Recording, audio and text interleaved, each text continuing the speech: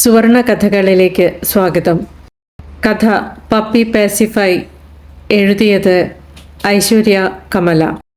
Puppy എന്നാൽ സ്പാനിഷിൽ അച്ഛൻ, സ്നേഹത്തോടെ അധികാരം കാട്ടുന്ന പുരുഷൻ എന്നർത്ഥം. പാസിഫയർ സിലിക്കൺ അല്ലെങ്കിൽ റബ്ബർ നിപ്പിൾ. ഇത്രയും കുലമഹിമയുള്ള യൗവനയുക്തയായ ഞാൻ ഒരു കുരുടിയായി ശരീരം മുഴുവൻ മെഴുക്കുപറ്റി ഈ നിരത്തുവക്കത്തു കിടക്കുന്നത് കണ്ടാകും നിങ്ങളിപ്പോൾ സഹതപിക്കുന്നത്.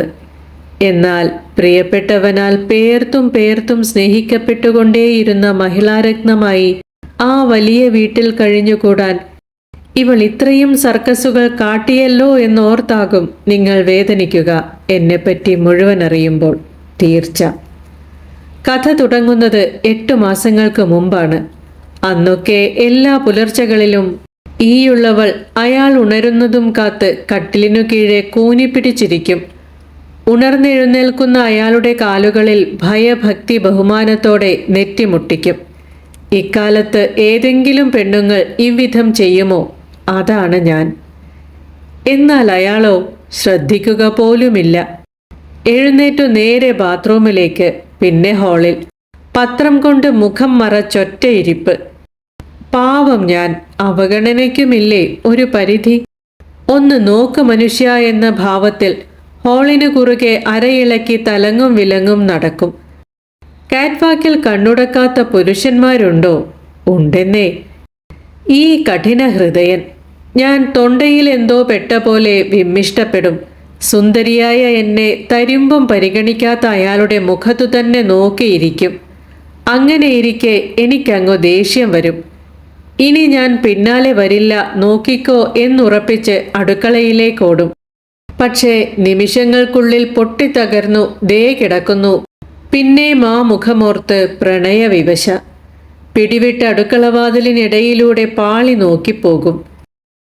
ആ കറുത്തു ചുരുണ്ട രോമങ്ങൾ നിറഞ്ഞ നെഞ്ചും അഹങ്കാരം മുറ്റിയ കട്ടിമീശയുമൊക്കെ കാണുമ്പോൾ എൻ്റെ 4 തലമുറ മുമ്പുള്ള അമ്മൂമ്മമാരുടെ വരെ വാല് പൊന്തും.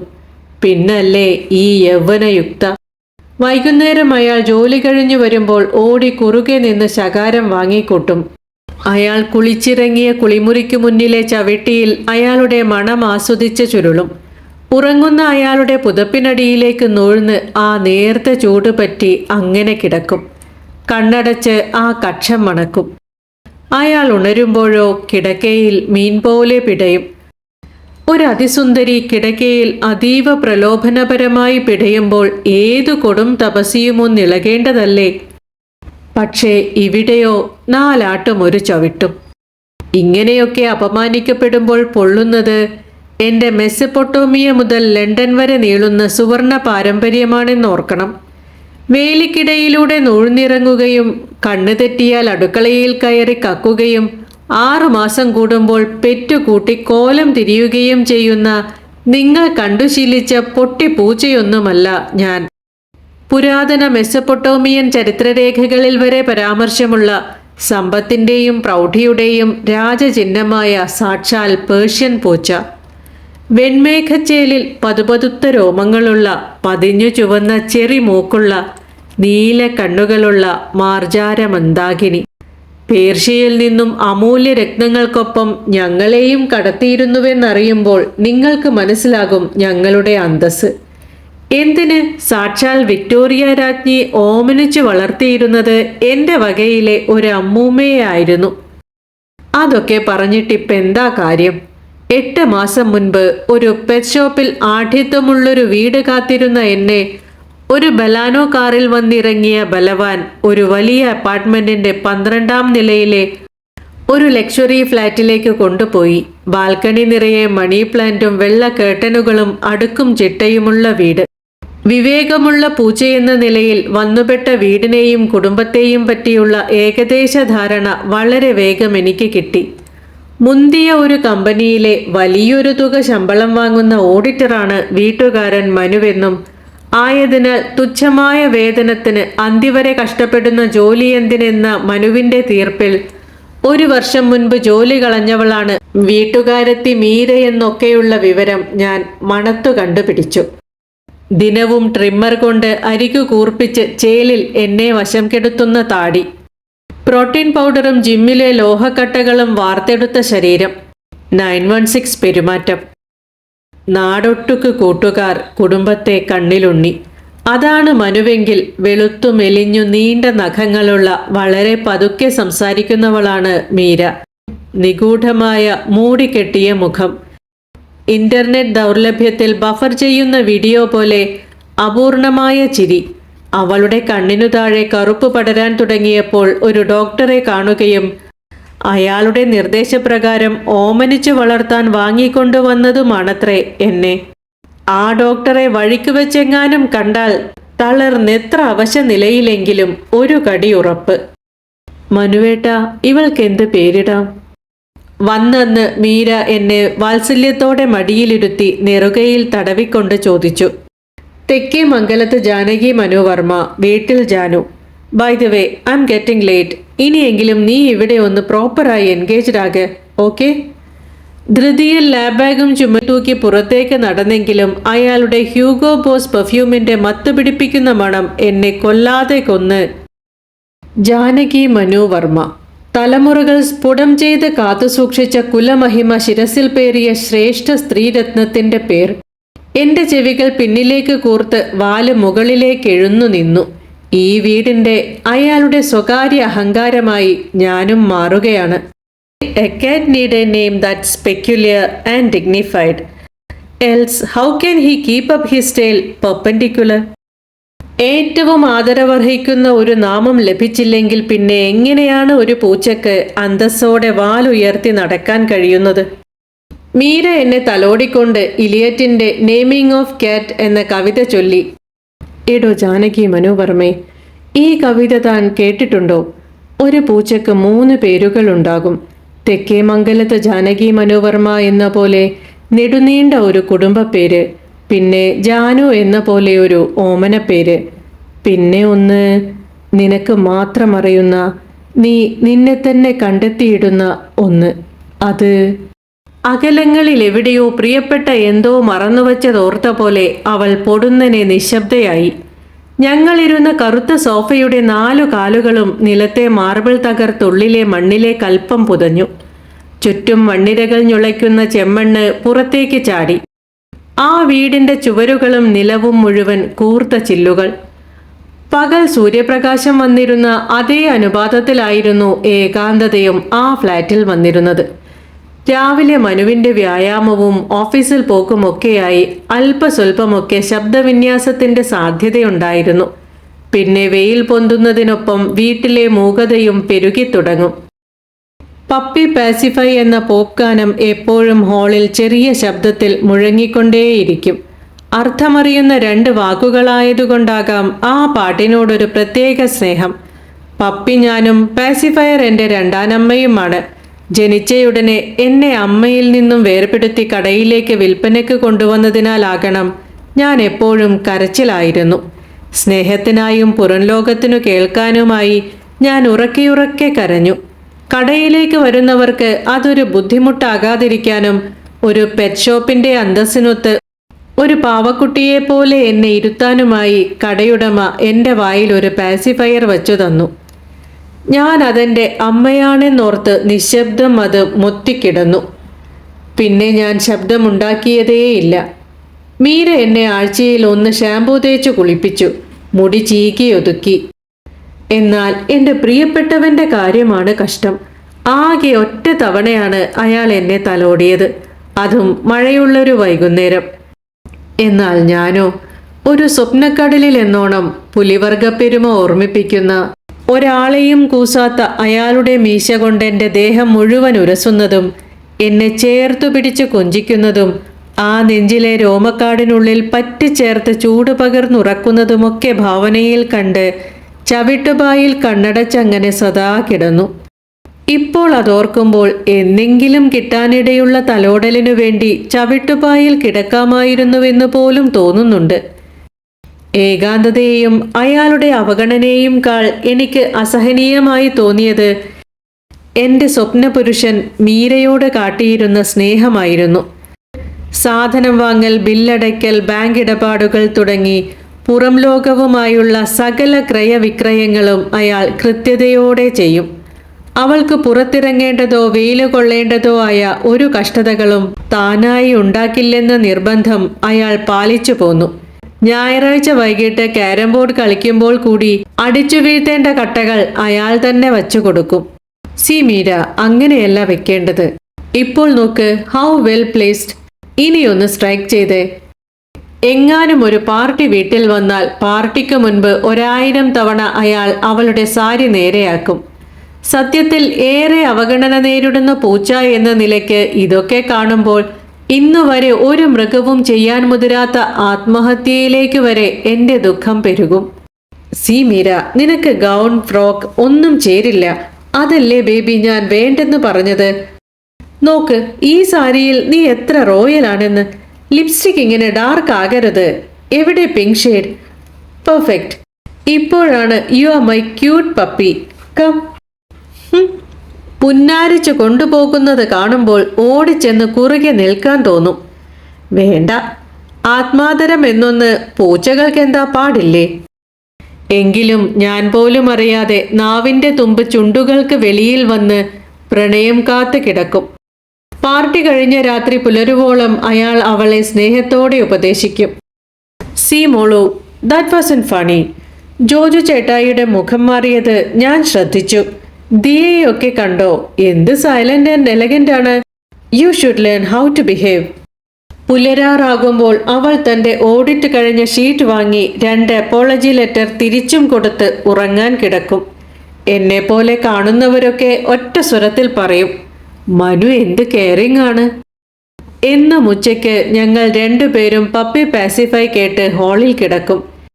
മീരയുടെ തലയിണക്കടിയിൽ നിന്ന് ഏകാന്തതയുടെ 100 വർഷങ്ങൾ എന്ന പുസ്തകത്തിൻ്റെ കൂർത്ത അരികുകൾ പുറത്തേക്ക് തള്ളി നിൽക്കും. ഞാൻ ചുവരിൽ കൂടി ഓടുന്ന പല്ലികളുടെയും മുറിയിലേക്ക് വരുന്ന ശലഭങ്ങളുടെയും ഒക്കെ കണക്കെടുക്കും. ഇടയ്ക്ക് പൈപ്പിൽ നിന്ന് ഇറ്റിറ്റു വീഴുന്ന തുള്ളികളുടെ താളം ശ്രദ്ധിക്കും. വിളറി വെളുത്ത ഏകാന്തതയിൽ ഇടയ്ക്കെപ്പോഴോ ഞങ്ങൾ ഉറങ്ങിപ്പോകും. രാത്രി ഉറക്കം വരാതെ തിരിഞ്ഞും മറിഞ്ഞും കിടക്കുന്ന അവളുടെ മനോവിചാരങ്ങൾ ഞാൻ നിശബ്ദം ഹാക്ക് ചെയ്യും. പൂച്ചകൾക്ക് ഇങ്ങനെയൊരു കഴിവുണ്ടെന്ന് പണ്ടൊരു കഥാകാരൻ തൻ്റെ ഷെർലക് എന്ന കഥയിൽ എഴുതി വച്ചിട്ടുണ്ട്.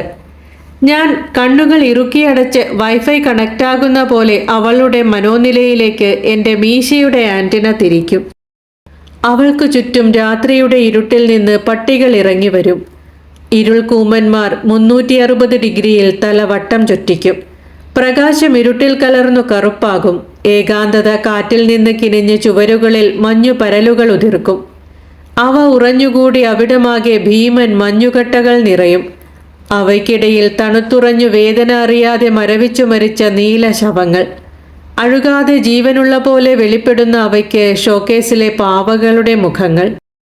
അവളുടെ വയറുരുണ്ടു കയറി തൊണ്ടയിൽ തൊടും. നെറ്റി കുഴിഞ്ഞു പോകും. അവൾ പിന്നെയും പിന്നെയും ബാത്റൂമിൽ പോകും. അവൾക്ക് കിടക്കാൻ സ്ഥലമില്ലാത്ത കണക്കയാൾ മുറി നിറഞ്ഞു കിടക്കും. അലമാരയിൽ നിന്ന് സോപ്പിക്ലോൺ എന്ന ഉറക്ക ഗുളിക തൊലിയുരിഞ്ഞു പുറത്തേക്ക് ചാടും. സി മീര, എന്നെങ്കിലും ഒരു ദിവസം നീ ഫ്രഷായി ഉണരുമോ? ജിമ്മിൽ പോയി വരുമ്പോൾ സോഫയിൽ നിന്റെ കിടപ്പ് കാണുന്നത് എന്ത് നെഗറ്റീവാണെന്നോ? അവൾ അപ്പോഴെന്തോ പറയാൻ തുടങ്ങും. സി മീര, നീ പറയാൻ വരുന്നത് എനിക്ക് മനസ്സിലായി. We had much discussion about that. ഏതെങ്കിലും ഒരു 3rd rate കമ്പനിയിൽ ജോലിക്ക് കയറിയിട്ട് രാവിലെ 7 മുതൽ രാത്രി 7 വരെ, പിന്നെ നൈറ്റ് ടെൻഷൻ, അങ്ങനെ കഷ്ടപ്പെടേണ്ട ആവശ്യം എന്താ? ആദ്യ IVF ഫെയിലായി, സോ വാട്ട്? ആ ഇൻഫെർട്ടിലിറ്റി സെന്ററിനെ പറ്റി അല്ലെങ്കിലും ഇപ്പോൾ നല്ല പേരില്ല. നമുക്ക് വേറെ ഇടം നോക്കാം. വാതിൽ വലിച്ചടച്ചു പോകുന്നതിനാലാകുമോ അയാൾക്ക് സോഫ അല്പം കൂടി താഴേക്ക് പുതയുന്ന ശബ്ദം കേൾക്കാത്തത്? 12ാം നിലയിലെ ഫ്ലാറ്റിന്റെ ഹാളിൽ ആർക്കും കാണാൻ കഴിയാത്ത ഒരു മൺകുഴി. അവളുടെ ഭാഷ അറിയാമായിരുന്നെങ്കിൽ ഞാൻ പറഞ്ഞു കൊടുത്തേനെ. നോക്കൂ കുട്ടി, എന്നെ കണ്ടു പഠിക്ക്. 4 നേരവും മുന്തിയ സെർലാക്കും കഴിച്ച് എത്ര അന്തസ്സോടെ ഒതുക്കത്തോടെ ഞാനിവിടെ കഴിയുന്നു.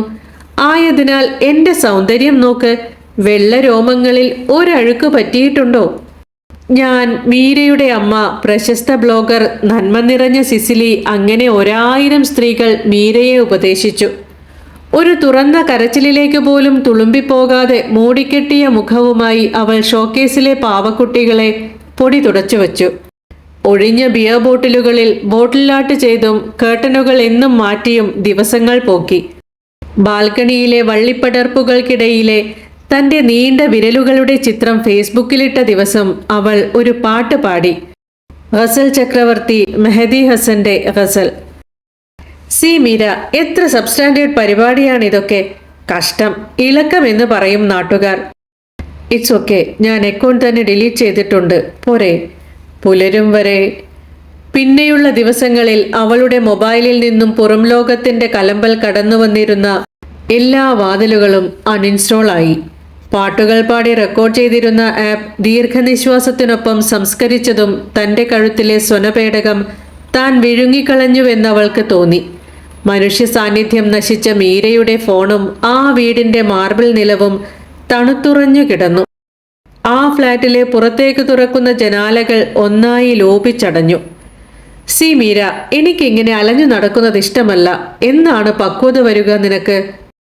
മീരയുടെ അവസാനത്തെ കൂട്ടുകാരിയും വരാതെയായ ദിവസം അവൾ തൻ്റെ ഇലക്ഷൻ കാർഡും പാസ്പോർട്ടും മറ്റു രേഖകളും ഒക്കെ എടുത്ത് ഹാളിലെ മൺകുഴിയിലിട്ടു. മൺകുഴിക്കുള്ളിൽ ഒന്നുമൊന്നും അവശേഷിപ്പിക്കാതെ കടന്നുപോയ ഒരേ മുഖമുള്ള ശവങ്ങൾ. ജാനു, ഈ വീട്ടിൽ ഒരു പോറൽ കൂടി ബാക്കി വയ്ക്കാതെ നീ എന്തിനാണിങ്ങനെ? ഒരു ദിവസം മീര എന്നെ മടിയിലിരുത്തി ചോദിച്ചു. വെള്ളപ്പന്തുപോലെ സോഫയിലുരുണ്ട ഞാൻ ജനാലയ്ക്ക് വെളിയിലെ വലിയ ലോകത്തെ അപ്പോൾ ഞെട്ടലോടെ നോക്കി. വൈകാതെ മീരയുടെ കണ്ണിനു താഴെയുള്ള കറുപ്പ് കണ്ണിനുള്ളിലേക്കും പടർന്നു തുടങ്ങി. ഒരു പഴയ നശിച്ച TV കാഴ്ച പോലെ അവളുടെ മുഖത്തെ കണ്ണും മൂക്കുമൊക്കെ കുത്തുവീണു തുടങ്ങി. അവൾ ഗ്യാസ് ഓഫാക്കാൻ മറന്നു. ബോഡി ലോഷൻ പുരട്ടാതെയും കണ്ണാടിയിൽ മുഖം നോക്കാതെയുമായി. ഞാൻ കുളിയും ഷാമ്പൂ തേക്കലുമില്ലാതെ നാറിത്തുടങ്ങി. രാത്രി മുഴുവൻ ഉറക്കം വരാതെ ഹാളിൽ കുത്തിയിരുന്ന് രാവിലെ എഴുന്നേൽക്കാൻ അവൾ പാടുപെട്ടു. അങ്ങനെ തെറ്റിപ്പോയ അയാളുടെ ചര്യകൾ നേരെയാക്കാനായി വയസ്സായ ഒരു വേലക്കാരി വന്നു. സി മീര, ഇതിലും കൂടുതലായി ഞാൻ എങ്ങനെയാണ് നിന്നെ നോക്കുക? നിനക്കിരുന്ന ഇടത്തുനിന്നും അനങ്ങണ്ട. പാവം മനുഷ്യൻ. ഇടയ്ക്കൊക്കെ ഞാനൊന്ന് മൂരി നിവർത്തുമ്പോൾ അയാൾ എനിക്കെന്തോ വിമ്മിട്ടമുള്ള പോലെ ദയയോടെ നോക്കും. അതുകൊണ്ട് അയാൾ ജോലിക്ക് പോയ ശേഷമേ ഞാൻ എൻ്റെ മാർജാര സഹജമായ വ്യായാമത്തിലേക്ക് പോലും കടക്കൂ. എങ്കിലും അനങ്ങാതെ ഇരുന്ന് എൻ്റെ കാലുകളിൽ നീരിറങ്ങി. വേലക്കാരി അയാൾ ഇല്ലാത്തപ്പോഴുള്ള മീരയുടെ ചര്യകളൊക്കെ കൃത്യമായി അയാളെ അറിയിച്ചു പോന്നു. ഡോക്ടറുടെ നിർദ്ദേശപ്രകാരം പിന്നെയും കുറെ ജീവജാലങ്ങളും പുതിയ നിറത്തിലെ ഗുളികകളും വീട്ടിലേക്ക് വന്നു. വർണ്ണ മത്സ്യങ്ങൾ, ബോൺസായി വൃക്ഷങ്ങൾ, അങ്ങനെ പലതും. ഒപ്പം ഒരു മഹാവിപത്തും. ആ ഡോക്ടർ ഒരുപക്ഷെ എൻ്റെ മുജ്ജന്മ ശത്രുവാകാനാണ് സാധ്യത. ഏകാന്തതയും അവഗണനയും ഒക്കെയാണെങ്കിലും വലിയ അപകടമൊന്നുമില്ലാതെ പൊയ്ക്കൊണ്ടിരുന്ന എൻ്റെ ജീവിതത്തിലേക്ക് ഒരിടിത്തി പോലെയാണ് ആ നാവിനെല്ലില്ലാത്ത മഹിളാമണി കടന്നു വന്നത്. ആൾ എൻ്റെ കൈവലിപ്പത്തിലുള്ള ഒരു ചുവന്ന തത്തയാണ്. പക്ഷേ നാവ് ബോംബുതിർക്കുന്ന കൊടിയ പീരങ്കിയും. ഒരു വെള്ളിയാഴ്ച വൈകുന്നേരമാണ് ആ അശ്രീകരം എത്തുന്നത്. ഏതോ പാടത്തോ പറമ്പിലോ അലഞ്ഞു നടന്ന അലവലാതി. ഒരു വേടൻ ഇവൾ ഉറങ്ങുമ്പോൾ പിടിച്ചു കൂട്ടിലാക്കിയതാണത്രേ. അന്നു മുതൽ ആണുങ്ങളെ കണ്ടാൽ ആ ആസത്ത് തെറിവിളി തുടങ്ങും. എന്നെപ്പോലെ അന്തസ്സുള്ള സ്ത്രീകൾക്ക് കൂടെ കൂട്ടാൻ പറ്റിയതല്ലെന്ന് ഒറ്റ നോട്ടത്തിൽ പിടികിട്ടി. ഹാളിലെ ബാൽക്കണിയിലേക്ക് തുറക്കുന്ന വാതിലിനു വശത്തായി സ്ഥാപിക്കപ്പെട്ട കൂട്ടിൽ ആ ദുശകുനം തന്റെ ലഹള ആരംഭിച്ചു. വന്നുകയറിയ നിമിഷം തന്നെ കൂട് തൂക്കി തിരിഞ്ഞ മനുവിനെ ആ നശൂലം പച്ചത്തെറി പറഞ്ഞു. ആർക്കും മനസ്സിലായില്ലെങ്കിലും എനിക്ക് ലഹളക്കാരിയെ ഒരു ഞൊടിയിൽ പിടികിട്ടി. ഒന്ന് കണ്ണടക്കാൻ വയ്യാത്തത്ര അലപ്പ്. ചെവികൾ തുപ്പൽ കോളാമ്പി പോലെ അവളുടെ അസഭ്യം കൊണ്ട് നിറഞ്ഞു. സ്ത്രീയെ, നിങ്ങൾക്ക് അല്പസമയം വായടച്ചു വയ്ക്കാമോ? കഴുത്തിൽ കറുത്തൊരു ബെൽറ്റ് ഉണ്ടായിട്ടും രാപ്പകലില്ലാതെ നാവിട്ടടിക്കുന്ന അവളോട് ഒടുവിൽ ഗതികെട്ട് ചോദിച്ചു പോയി. അതിന് തുടങ്ങിയില്ലേ അസഭ്യവർഷം?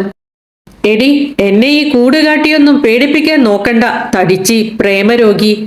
വീട്ടുകാരനെ താങ്ങി. ഹോ, ദിവസങ്ങൾക്കുള്ളിൽ അതൊരു പോർക്കളമായി മാറി. ഞാനും വിട്ടില്ല.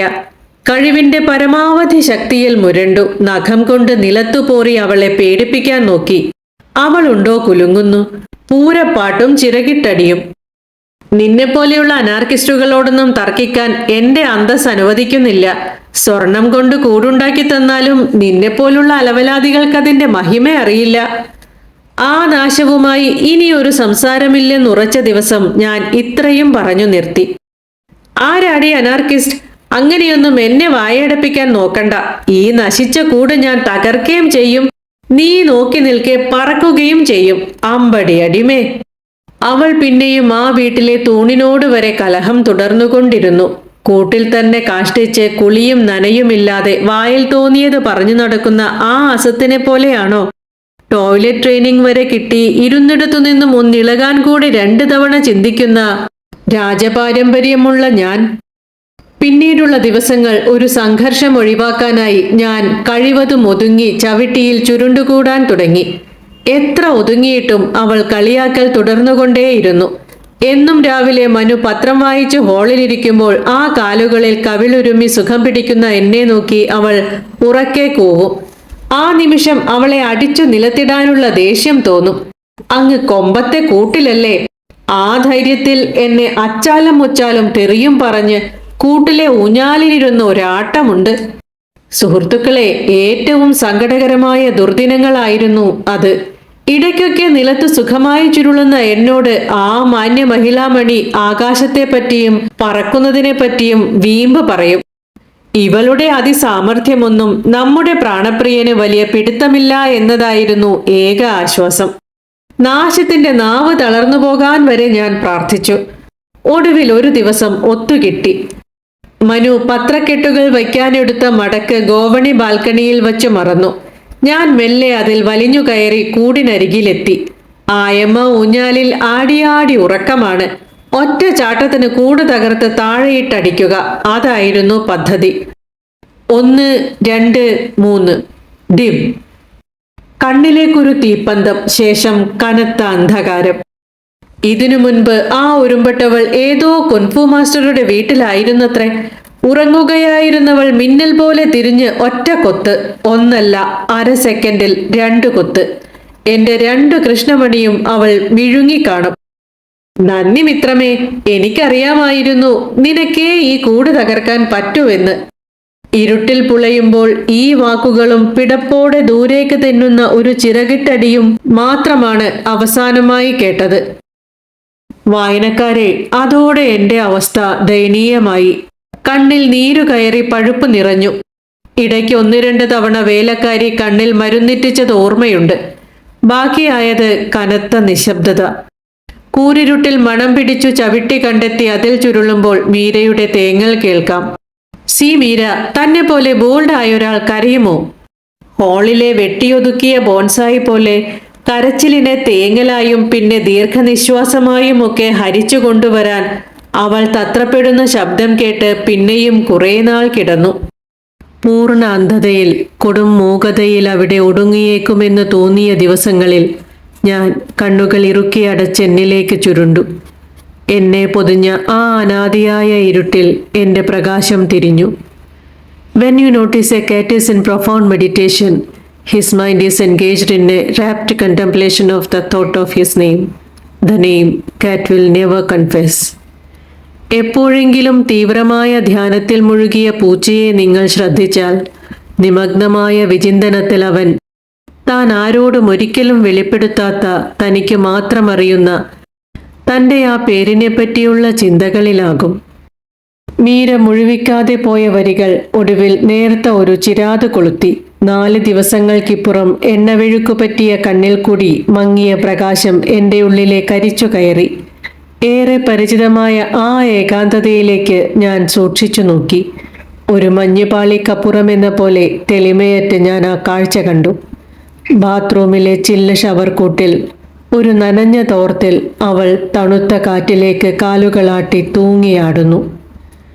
ഭയം തോന്നിയ ഞാൻ മെല്ലെ ഹാള് കടന്ന് താഴേക്കിറങ്ങുമ്പോൾ ആരൊക്കെയോ മുകളിലേക്ക് ഓടിക്കയറി. ഞാനും മീരയും ഒരു പൊറൽ പോലും ബാക്കി വയ്ക്കാത്ത ഹാളിൽ 6 അടി ആഴമുള്ള കുഴി പൂർണ്ണമായിരുന്നു. അവസാനമായി ഒന്ന് പറഞ്ഞു നിർത്തട്ടെ. ഈ മതിലുകളുടെ സംരക്ഷണമില്ലാത്ത നിരത്തിൽ നെടുനീണ്ട യാത്രയുടെ എല്ലാവിധ അഴുക്കും പേറി അനാഥയായി ഏകയായി കണ്ണുകൾ ഇറുക്കിയടച്ചു ധ്യാനത്തിൽ മുഴുകുമ്പോൾ ഇലിയറ്റ് തൻ്റെ കവിതയിൽ പറഞ്ഞതെനിക്ക് വെളിപ്പെടുന്നുണ്ട്. His ineffable, effable, an ineffable, deep and inscrutable singular name. സങ്കൽപ്പിച്ചു കൽപ്പിച്ചേൽപ്പിക്കാനാകാത്ത അവാച്യവും അഗാധവും അവ്യക്തവുമായ ആ അപൂർവനാമം. ജീവിതം മുഴുവൻ ഒറ്റക്കലഞ്ഞു സ്വയം കണ്ടെത്തേണ്ട, എന്നെ കൃത്യമായി വരച്ചിടേണ്ടുന്ന എൻ്റെ ആ നാമം. മറ്റൊരു കഥയുമായി വീണ്ടും കാണാം പ്രതീക്ഷയോടെ. നന്ദി.